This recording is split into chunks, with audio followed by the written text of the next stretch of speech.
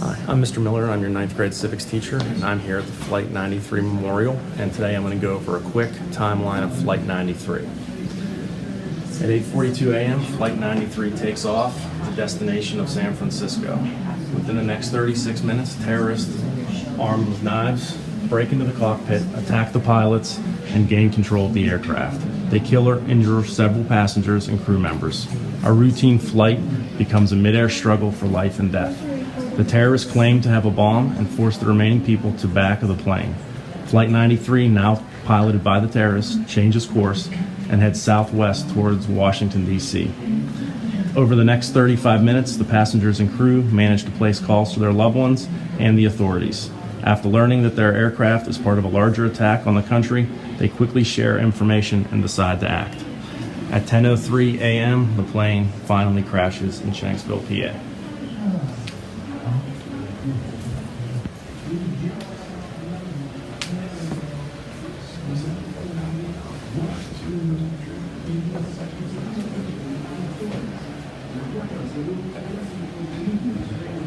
Hello, it's Mr. Lawrence. We're in the part that has the cockpit as the passengers decide to fight back. The passengers and crew of Flight 93 vote to charge the cockpit. Ending their calls to loved ones, they rush forward. And the cockpit recorder picks up. In the cockpit, if we don't, we'll die. The cockpit voice recorder does capture sounds of loud thumps, crashes, shouts, and breaking glasses and plates. A native English-speaking male voice or voices say, "Stop him and let's get him."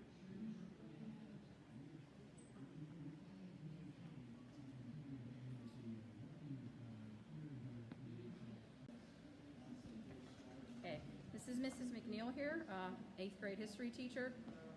Flight 93 hit the ground traveling at 563 miles per hour and carrying more than 5,000 gallons of jet fuel. It exploded on impact and it threw debris into the nearby Hemlock Grove. There were no survivors of Flight 93. Authorities quickly realized that the crash of Flight 93 was part of a larger attack on the nation. And here in this section, you will actually see some fragments of Flight 93 and what was left after the crash.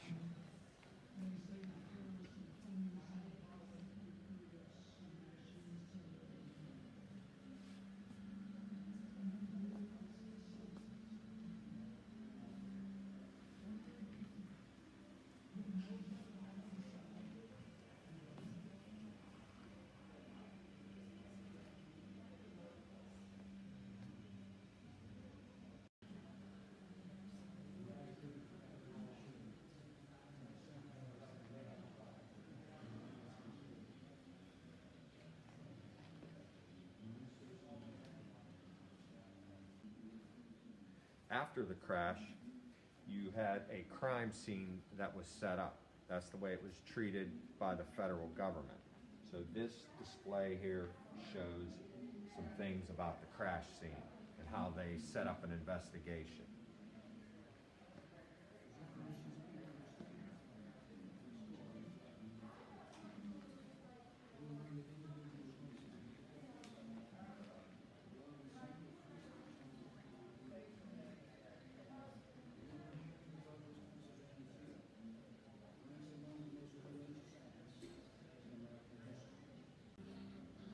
Mr. Edwards again. This is going to be our last stop here in the Visitor Center. This is a wall of pictures of the 40 men and women who were passengers on Flight 93, who fought so nobly to try to overtake the plane that ended up crashing here in the field in Shanksville.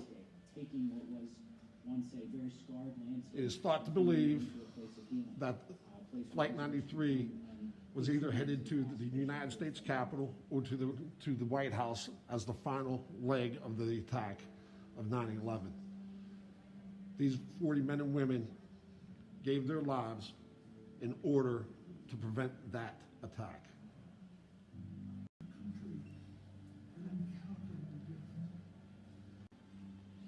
This part of the visitor center is dedicated to all the first responders who responded to the crash site.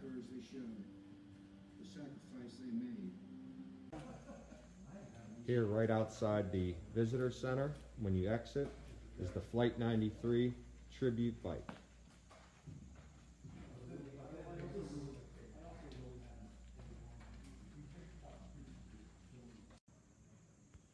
So on this bike, you have a list of the passengers who unfortunately perished that day, as well as members of the crew. And with Flight 93, one of the last things that was recorded them saying was, "Let's roll." JrSr, I'm the education specialist here at Flight 93 National Memorial. Good morning. And where I am right now, I'm actually on the flight path of Flight 93. So if you come out here to the Flight 93 National Memorial and you walk on this black granite walkway, this shows you the flight path of the plane. The plane would have come in that direction. It was actually flying upside down at the time. There was a fight on board the plane. I think everyone that comes here, if you walk away with one thing that you learned about Flight 93, September 11, you should know that the passengers and crew of Flight 93 got up out of their seats and fought with the terrorists. Absolutely. You walk away with that. There's a quote I like to use by Albert Einstein. He said, "The world is a dangerous place, not because of those who do evil, but because of those who look on and do nothing." And the passengers and crew of Flight 93 on that day decided to do something. When they were moved to the back of the plane, they talked among themselves, they made phone calls, they knew what was going on in America, they knew there was an attack, a terrorist attack, and they had voted. They actually voted to get up and fight. So they fought back, and in the fight to regain control of the plane flipped upside down and actually crashed in the field beyond me through those double walls. There's a field, there's a boulder that marks the spot where the plane came down. There were men working right here, right around where I'm standing that day. This used to be it was a strip mine for 25 years. And at the time that the plane came down, there was a scrapyard here, and there were 12 men working here. One man by the name of Lee Purbaugh said that the plane flew directly over his head. So he would have been standing somewhere along this walkway that we have here today. He said the plane was so low to the ground that when he looked up, he could see the reflection of the ground below like a mirror as that plane flew over his head. In the distance, there were two men. They were working on a drag line, and they turned on their radio around 10 o'clock. Around 10 o'clock, they turned on their radio, and they were, at that moment, aware of what was happening in America. They found out from listening on the radio that the World Trade Center had been attacked, that the Pentagon was hit, and they were sharing that information when they looked in the distance and they saw a plane, not knowing it's Flight 93, but they saw a plane flying at that point upside down, coming in this direction, and they said that plane was so low that they thought it was going to actually crash up here where those men were working in the scrapyard. Now it flew overhead, as I said, and crashed in the field below. And if you see some footage later of a boulder, that boulder that we placed in the field marks the spot that the plane came down. Buried at the boulder are the unidentified remains of the passengers and crew of Flight 93. They only recovered 8% of the human remains. That means that 92% was never found. So in the field that we protect, there are somewhere 92% of the passengers and crew of Flight 93 are possibly still in that field. The remains that were found and identified were taken from here. How did they identify them? Medical records, dental records, tattoos, fingerprints, and DNA. And the remains that they found that they could not identify are actually buried in the field behind me in front of the boulder down there in the field that marks the spot. Thank you.